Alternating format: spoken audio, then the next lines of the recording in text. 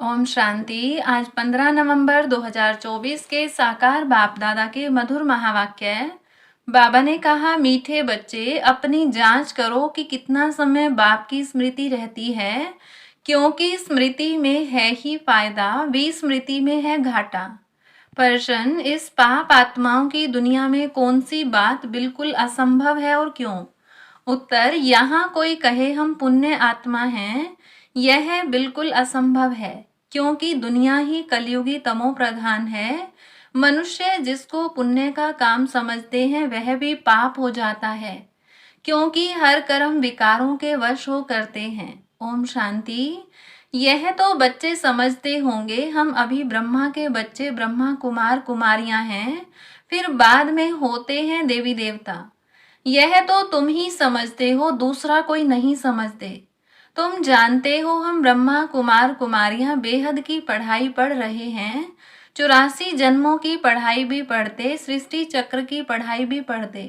फिर तुमको यह शिक्षा मिलती है कि पवित्र बनना है। यहाँ बैठे तुम बच्चे बाप को याद तो जरूर करते हो पावन बनने के लिए। अपने दिल से पूछो, सच सच हम बाप की याद में बैठे थे या माया रावण बुद्धि को और तरफ ले गई? बाप ने कहा है, मामे कम याद करो तो पाप कट जाएंगे। अब अपने से पूछना है, हम बाबा की याद में रहे या बुद्धि कहाँ चली गई? स्मृति में रहना चाहिए। कितना समय हम बाबा की याद में रहे, कितना समय हमारी बुद्धि कहाँ कहाँ गई? अपनी अवस्था को देखो। जितना टाइम बाप को याद करेंगे उससे ही पावन बनेंगे। जमा और ना का भी पोता मेल रखना है। आदत होगी तो याद भी रहेगा, लिखते रहेंगे। डायरी तो सबके पॉकेट में रहती ही है। जो भी व्यापार वाले होते हैं उन्हों की है हद की डायरी, तुम्हारी है बेहद की डायरी। तो तुमको अपना चार्ट नोट करना है। बाप का फरमान है, धंधा आदि सब कुछ करो, परंतु कुछ समय निकाल मेरे को याद करो। अपने पोता मेल को देख, फायदा बढ़ाते जाओ, घाटा न डालो। तुम्हारी युद्ध तो है ना, सेकंड में फायदा, सेकंड में घाटा। झट मालूम पड़ता है हमने फायदा किया या घाटा। तुम व्यापारी हो ना, कोई विरला यह व्यापार करे। स्मृति से है फायदा, विस्मृति से है घाटा। यह अपनी जांच करनी है। जिनको उच्च पद पाना है उनको तो ओना रहता है। देखें हम कितना समय विस्मृति में रहे। यह तो तुम बच्चे जानते हो, हम सब आत्माओं का बाप पतित पावन है। हम असुल आत्माएं हैं, अपने घर से यहाँ आए हैं। यह शरीर लेकर पार्ट बजाते हैं। शरीर विनाशी है, आत्मा अविनाशी है।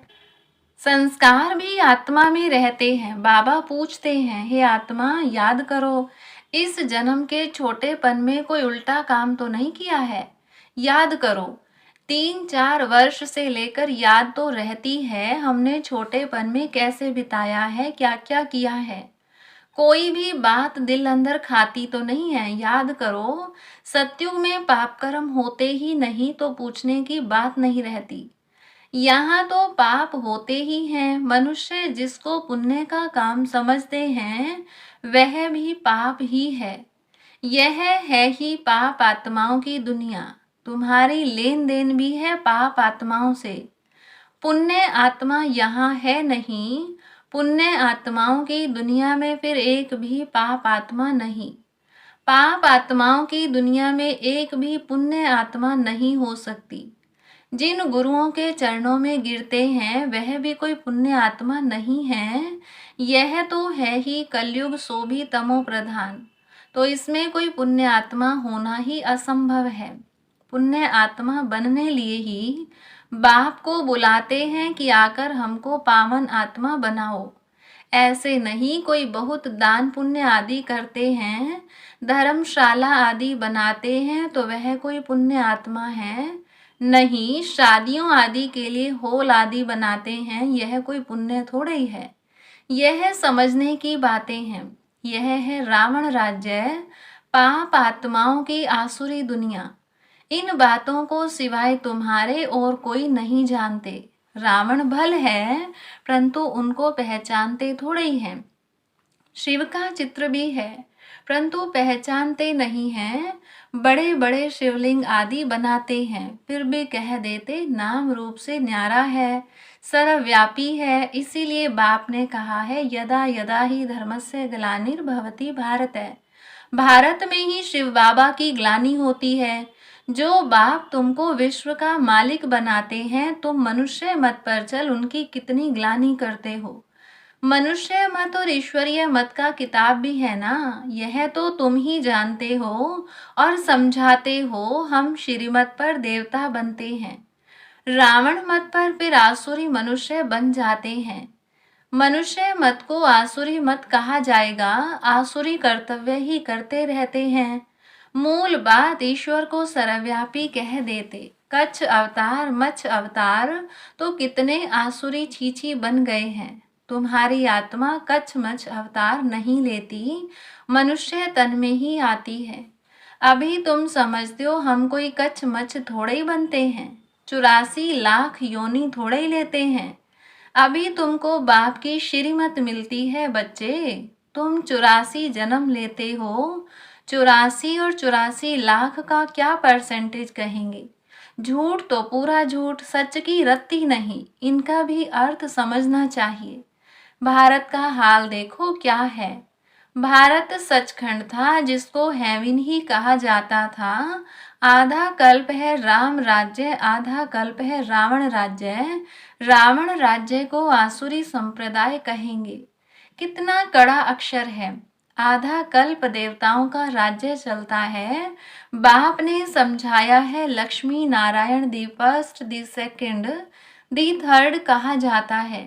जैसे एडवर्ड फर्स्ट सेकंड होता है ना, पहली पीढ़ी फिर दूसरी पीढ़ी ऐसे चलती है। तुम्हारा भी पहले होता है सूर्यवंशी राज्य, फिर चंद्रवंशी। बाप ने आकर ड्रामा का राज भी अच्छी रीति समझाया है। तुम्हारे शास्त्रों में यह बातें नहीं थी। कोई कोई शास्त्रों में थोड़ी लकीरें गाई हुई हैं, परंतु उस समय जिन्होंने पुस्तक बनाए हैं उन्होंने कुछ समझा नहीं है। बाबा भी जब बनारस गए थे उस समय यह दुनिया अच्छी नहीं लगती थी। वहां सारी दीवारों पर लकीर बैठ लगाते थे। बाप यह सब कराते थे, परंतु हम तो उस समय बच्चे थे ना, पूरा समझ में नहीं आता था।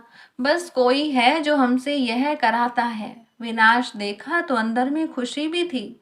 रात को सोते थे तो भी जैसे उड़ते रहते थे, परंतु कुछ समझ में नहीं आता था। ऐसे ऐसे लकीरें खींचते रहते थे। कोई ताकत है जिसने प्रवेश किया है। हम वंडर खाते थे। पहले तो धंधा आदि करते थे, फिर क्या हुआ, कोई को देखते थे और झट ध्यान में चले जाते थे। कहता था यह क्या होता है, जिसको देखता हूँ उनकी आंखें बंद हो जाती हैं। पूछते थे क्या देखा, तो कहते थे वैकुंठ देखा, कृष्ण देखा। यह भी सब समझने की बातें हुई ना, इसीलिए सब कुछ छोड़कर बनारस चले गए समझने लिए। सारा दिन बैठा रहता था, पेंसिल और दीवार, और कोई धंधा ही नहीं। बेबी थे ना, तो ऐसे ऐसे जब देखा तो समझा अब यह कुछ करना नहीं है, धंधा आदि छोड़ना पड़ेगा। खुशी थी यह गदाई छोड़नी है। रावण राज्य है ना, रावण पर गधे का शीश दिखाते हैं ना, तो ख्याल हुआ यह राजाई नहीं गदाई है। गधा घड़ी घड़ी मिट्टी में लथेड़ कर धोबी के कपड़े सब खराब कर देता है। बाप भी कहते हैं तुम क्या थे, अब तुम्हारी क्या अवस्था हो गई है। यह बाप ही बैठ समझाते हैं और यह दादा भी समझाते हैं, दोनों का चलता रहता है। ज्ञान में जो अच्छी रीति समझाते हैं वह तीखे कहेंगे। नंबरवार तो है ना, तुम बच्चे भी समझते हो यह राजधानी स्थापन हो रही है। जरूर नंबरवार पद पाएंगे। आत्मा ही अपना पार्ट कल्प कल्प बजाती है। सब एक समान ज्ञान नहीं उठाएंगे। यह स्थापना ही वंडरफुल है। दूसरे कोई स्थापना का ज्ञान थोड़े ही देते हैं। समझो सिख धर्म की स्थापना हुई, शुद्ध आत्मा ने प्रवेश किया, कुछ समय के बाद सिख धर्म की स्थापना हुई। उन्हों का हेड कौन, गुरु नानक। उसने आकर जप साहेब बनाया। पहले तो नई आत्माएं ही होंगी, क्योंकि पवित्र आत्मा होती है, पवित्र को महान आत्मा कहते हैं। सुप्रीम तो एक बाप को कहा जाता है, वह भी धर्म स्थापना करते हैं तो महान कहेंगे, परंतु नंबरवार पीछे पीछे आते हैं। 500 वर्ष पहले एक आत्मा आई, आकर सिख धर्म स्थापन किया। उस समय ग्रंथ कहाँ से आएगा? जरूर सुखमनी जब साहेब आदि बाद में बनाए होंगे ना। क्या शिक्षा देते हैं? उमंग आता है तो बाप की बैठ महिमा करते हैं, बाकी यह पुस्तक आदि तो बाद में बनते हैं। जब बहुत हों, पढ़ने वाले भी चाहिए ना। सबके शास्त्र पीछे बने होंगे। जब भक्ति मार्ग शुरू हो तब शास्त्र पढ़े, ज्ञान चाहिए ना। पहले सतो प्रधान होंगे, फिर सतो रजो तमो में आते हैं। जब बहुत वृद्धि हो तब महिमा हो और शास्त्र आदि बने, नहीं तो वृद्धि कौन करे? फॉलोअर्स बने ना।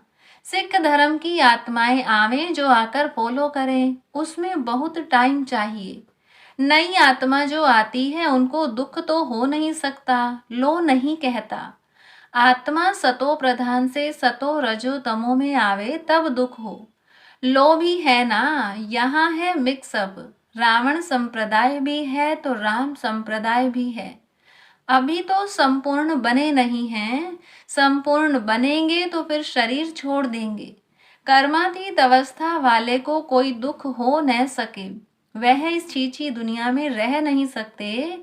वह चले जाएंगे, बाकी जो रहेंगे वह कर्मातीत नहीं बने होंगे। सब तो एक साथ कर्मातीत हो नहीं सकते। बल विनाश होता है तो भी कुछ बचेंगे, प्रलय नहीं होती। गाते भी हैं, राम गयो रावण गयो जाको बहु परिवार। रावण का बहुत परिवार था, हमारा परिवार तो थोड़ा है। वह कितने ढेर धर्म हैं, वास्तव में सबसे बड़ा हमारा परिवार होना चाहिए, क्योंकि देवी देवता धर्म सबसे पहला है। अभी तो सब मिक्सअप हुए हैं तो क्रिश्चियन बहुत बन गए हैं। जहाँ मनुष्य सुख देखते हैं, पोजीशन देखते हैं, तो उस धर्म के बन जाते हैं। जब जब पोप आता है तो बहुत क्रिश्चियन बनते हैं, फिर वृद्धि भी बहुत होती है। सतयुग में तो है ही एक बच्चा एक बच्ची, और कोई धर्म की ऐसे वृद्धि नहीं होती। अभी देखो सबसे क्रिश्चियन तीखे हैं। जो बहुत बच्चे पैदा करते हैं उनको इनाम मिलता है, क्योंकि उन्हों को तो मनुष्य चाहिए ना, जो मिलिट्री लश्कर काम में आएगा। हैं तो सब क्रिश्चियन, रशिया अमेरिका सब क्रिश्चियन हैं। एक कहानी है, दो बंदर लड़े, माखन बिल्ला खा गया। यह भी ड्रामा बना हुआ है। आगे तो हिंदू मुसलमान इकट्ठे रहते थे, जब अलग हुए तब पाकिस्तान की नई राजाई खड़ी हो गई। यह भी ड्रामा बना हुआ है। दो लड़ेंगे तो बारूद लेंगे, धंधा होगा। ऊंचते ऊंच उन्हों का यह धंधा है, परंतु ड्रामा में विजय की भावी तुम्हारी है, 100% सर्टन है। तुम्हें कोई भी जीत नहीं सकते, बाकी सब खत्म हो जाएंगे। तुम जानते हो नई दुनिया में हमारा राज्य होगा, जिसके लिए ही तुम पढ़ते हो, लायक बनते हो।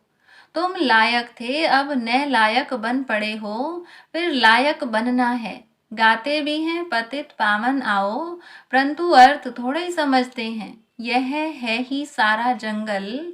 अब बाप आए हैं, आकर कांटों के जंगल को गार्डन ऑफ फ्लावर बनाते हैं। वह है डीटी वर्ड, यह है डेविल वर्ड। सारी मनुष्य सृष्टि का राज समझाया है। तुम अभी समझते हो, हम अपने धर्म को भूल धर्म भ्रष्ट हो गए हैं। तो सब कर्म विकर्म ही होते हैं। कर्म विकर्म अकर्म की गति बाबा तुमको समझा कर गए थे। तुम समझते हो बरोबर, कल हम ऐसे थे, फिर आज हम यह बनते हैं। नजदीक है ना। बाबा कहते हैं कल तुमको देवता बनाया था, राज्य भाग्य दिया था, फिर सब कहाँ किया? तुमको स्मृति आई है, भक्ति मार्ग में हमने कितना धन गंवाया है, कल की बात है ना। बाप तो आकर हथेली पर बहिष्त देते हैं।